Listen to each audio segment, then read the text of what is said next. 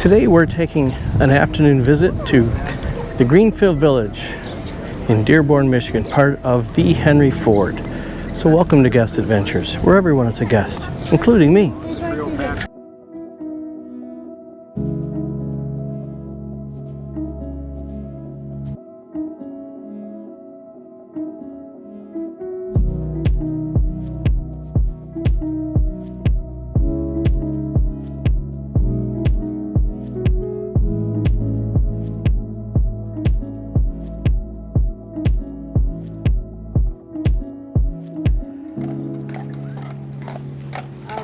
Which way shall we go?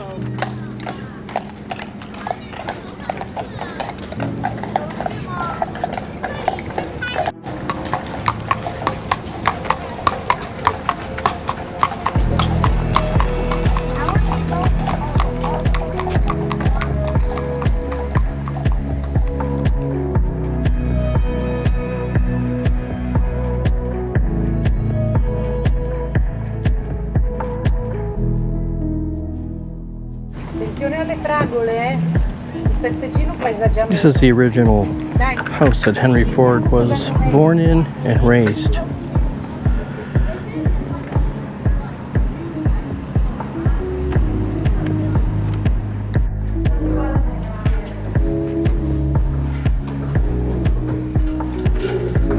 One of the bedrooms in the house.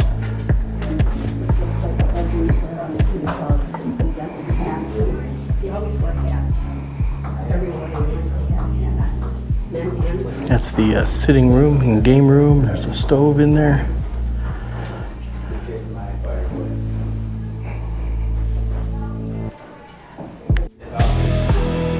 Another small bedroom.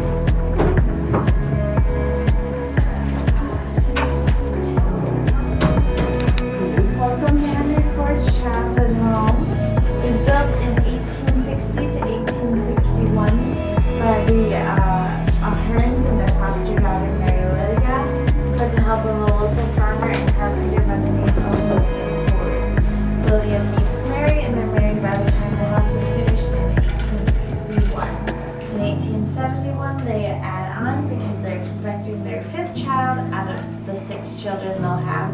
So they added on this room and the room over here, which moves your kitchen, dining room, and pantry into that room, and leaving this as the informal dining room. And then eventually they add on that last kitchen. So let me know if you have any questions, and that kitchen door will let you out whenever you're ready. Okay, thank you. Yeah. That's the side of the Henry Ford house,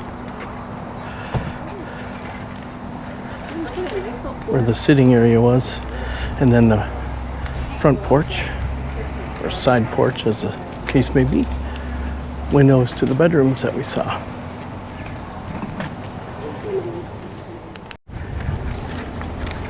So when you look at their webpage, they say the average visit here is 2 to 6 hours.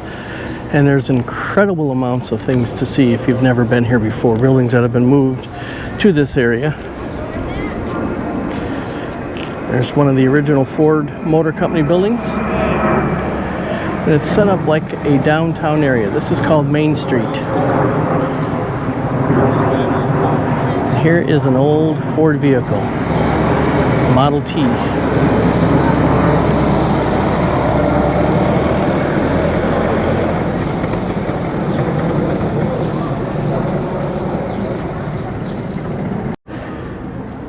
Tucked away behind a fence, but actually on a track with a switch to the main track line, is an old Detroit Mackinac steam engine. To do some research on that, hopefully they're going to try to get that working again, although it doesn't look like it's in the best of shape. But that would be a very interesting piece to be going around the museum. One of the buildings in the village is the Wright Cycle Shop from Wright Brothers.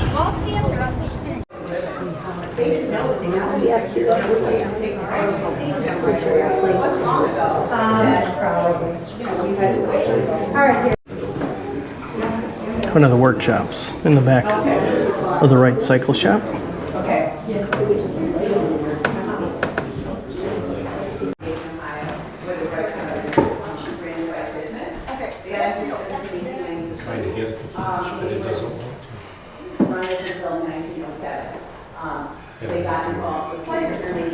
And that's a replica of the first airplane that they made in the back of the Wright Cycle Shop. Next to the Wright Cycle Company is the Wright's original family home.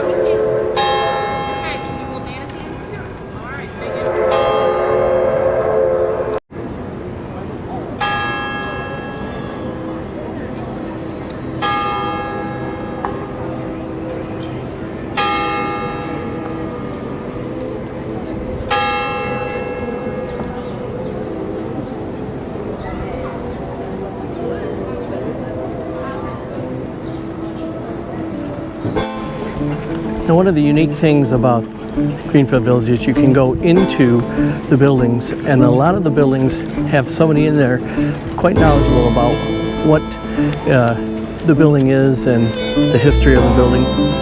So it's a place that you can spend hours, as they say, and not see it all. But it's worth coming out. In the park is this statue of Thomas Alva Edison. Genius is 1% inspiration and 99% perspiration.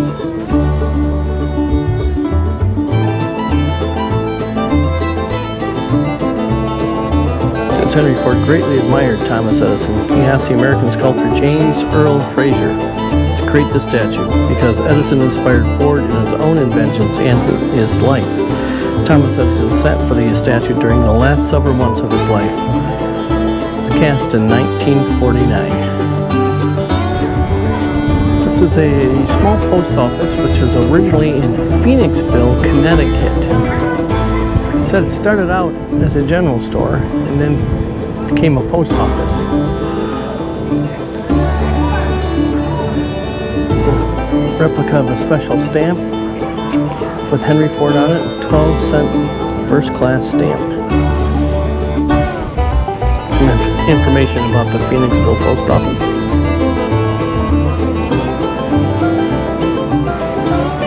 There's a sign outside the Edison factory. He never did anything by accident, nor did any of his inventions come by accident. They came by work.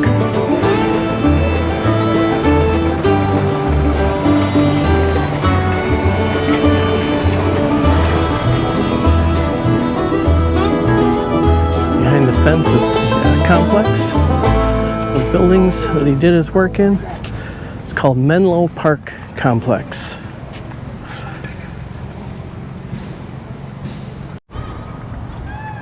This was the Menlo Park machine shop.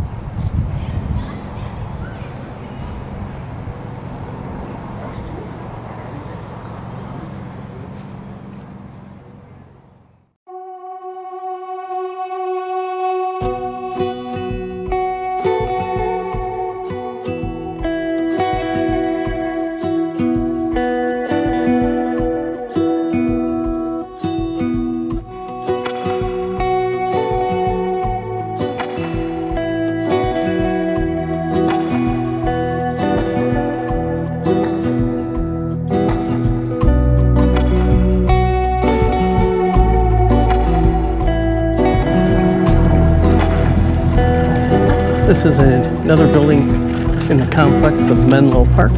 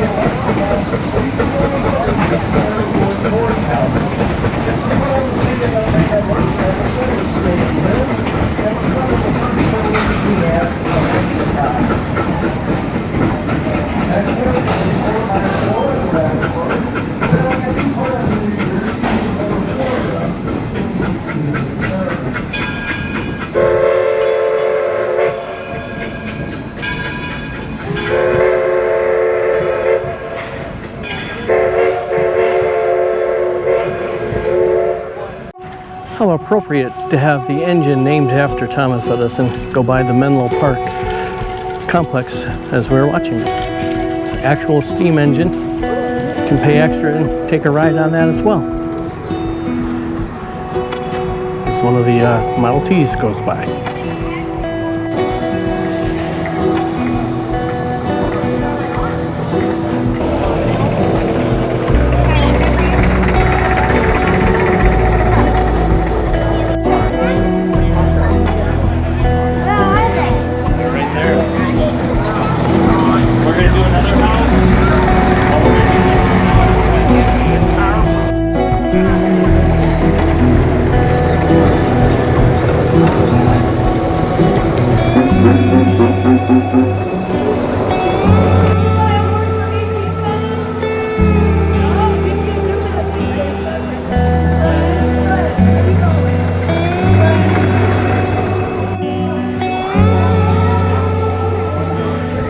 On the village grounds is the Ackley Covered Bridge, built in 1832, West Findlay, Pennsylvania.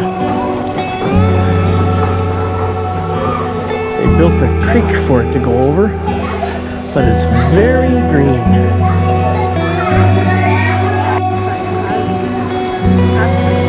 And here's a bird standing on a rock sticking out of the green vegetative water. That is a very early school, and that is the school teacher's house. Chapman family home.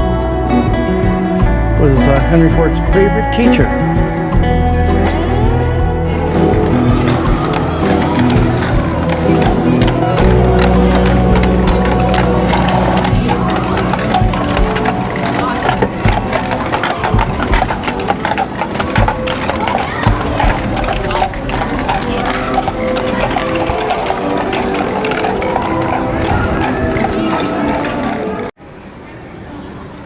Towards the back of the park is Railroad Junction. A lot of old train cars. There's a train station. There's a roundhouse. There's an old coaling and water filling station. You can actually ride the train. There's a wrecking crane over there. We can go take a look at that. This station was Smith's Creek. Built in 1858 in Smiths Creek, Michigan, part of the Grand Trunk Railway. And parked on the tracks in the inside of the village are older freight cars that they've probably purchased over the years. And a Detroit Mackinac caboose down there, which is in great shape. A couple of the train cars for the actual train that you could ride around. Just at the other side, let's go back here, you see just past the tree there, that's the actual main line, and those are actual still in use railroad cars. Amtrak travels there. The Dearborn station is just behind that area. And in the old steam days, that would have been a coaling tower that was filled with coal that when the train car or the engine would stop, they could just lower the right down the right side. There'd be a little pouring device there, and it would pour in the back of the hopper, and then that was a water tank, so it could fill up full of water. And there's the Detroit and Mackinac caboose, which is in excellent shape. There's more train cars down there, and actually down where those train cars are, you can just kind of see the edge of the actual Dearborn train station. Now, as I said, the train that travels around the park follows all the signals of a real railroad. And just as we said before, there's the wrecking crane, Detroit River Tunnel Company, #1. There is the side of the roundhouse. We'll take a look at that roundhouse. The roundhouse is actually Detroit, Toledo, and Milwaukee roundhouse. This one was built in Greenfield Village, but it includes many structural elements from the original roundhouse in Marshall, Michigan. It's actually a beautiful roundhouse and a nice turntable, and it's an active working turntable. And there's the roundhouse with a switch engine on the actual turntable. It's a manual turntable, and I understand that you can come here on certain train days and become a member of the crew and actually push that turntable around when the various different engines need to be brought on and off.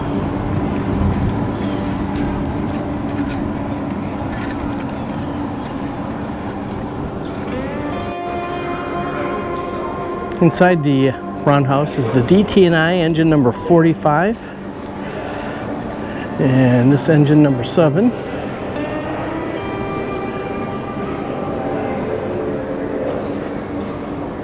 That's part of the Detroit and Lima Northern Railway.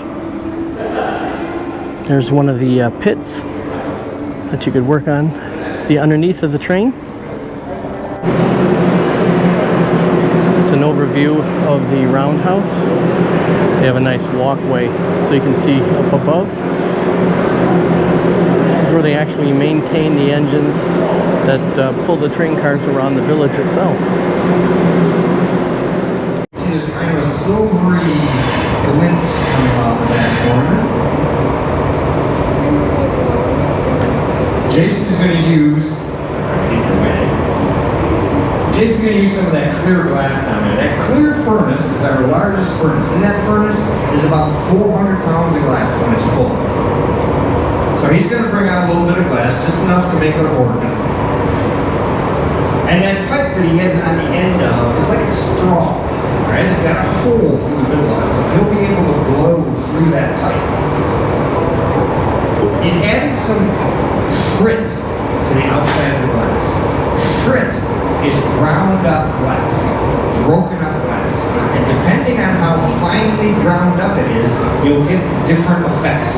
If you have it very, very finely ground up, you'll get a very fine, even color on the outside of the glass. If it's bigger chunks, you get a more mottled look to the color. He's going to use two different colors here on the outside of this to create that pattern, to create that cool color on the outside of the nebula hood. That furnace he's using to reheat that glass is 2,300 degrees.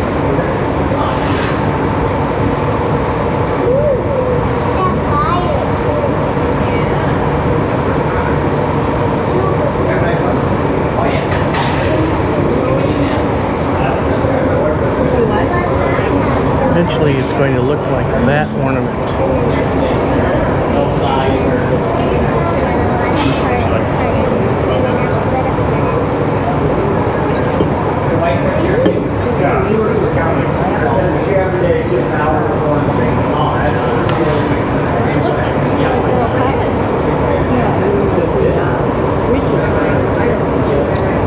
So you'll notice he softened that glass way up. Now he's going to add a core bubble to the center of this. He's going to blow into that tube, and that air will rise up and it will start to expand when it hits that hot glass.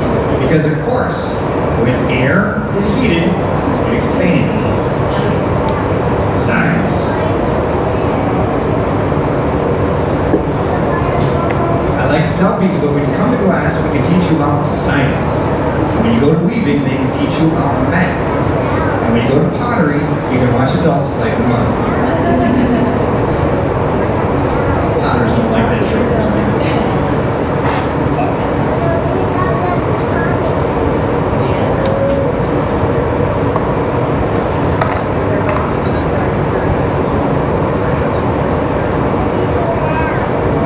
Switching my batteries because I know it's about dead.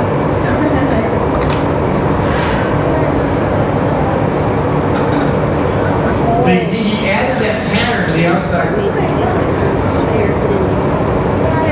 Added that pattern to the outside of the glass using one of those pattern molds down there. You see there's a series of them of different sizes.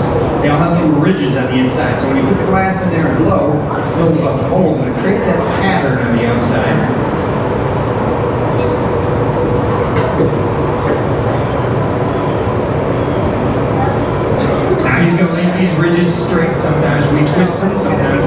different things.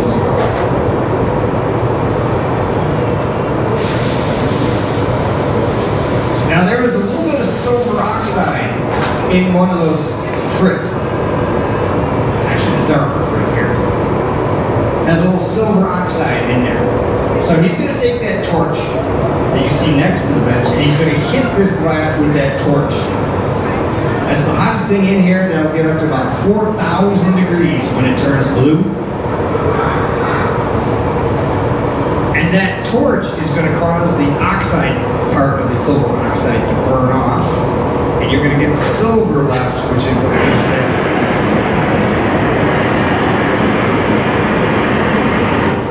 Gives you that cool silvery color on the outside. Now Jason's all done with this one almost. He's going to break it off and he's going to do the last step. He's going to add the little loop of glass to the top so you can hang it from the tree. Or wherever you like to hang it.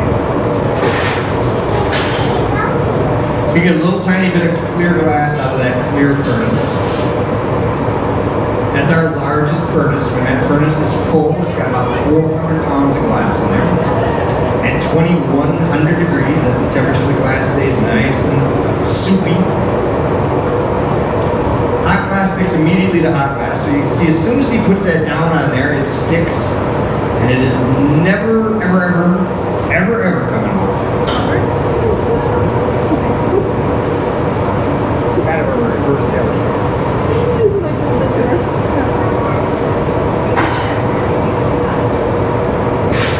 And now he's finished with another one of our beautiful luster ornaments. Now, you can't leave that ornament sitting out here in the room. If you leave that ornament sitting out here in the room to cool, it will cool too fast. So we're in the area of the village where the different craft shops are. That's where the glass shop was. This is the printing office where they print all the postcards and bags that they use in and around the village.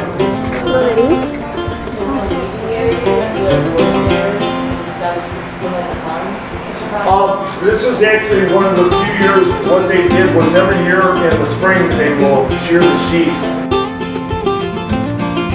There's an old lumber mill.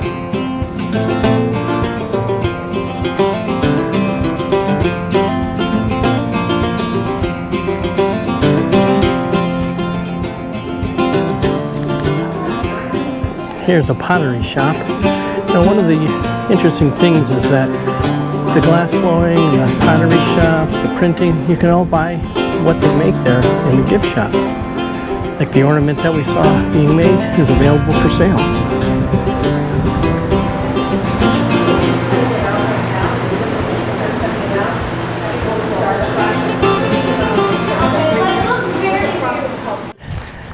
We have yet to begin to see the entire park, or half of the park, or a third of the park, and our granddaughter is leading the pace there. She's ready to go home. So I do recommend that you come to the Greenfield Village and plan on spending hours here. There's a lot to see, a lot to do, a lot to learn. It's a great place. And then while you're here, you can stop off and see the Henry Ford Museum. You can take the Rouge F-150 plant. Very nice place to come to. Thanks for coming along on this guest adventure, where everyone's a guest, including me. See you on the next video.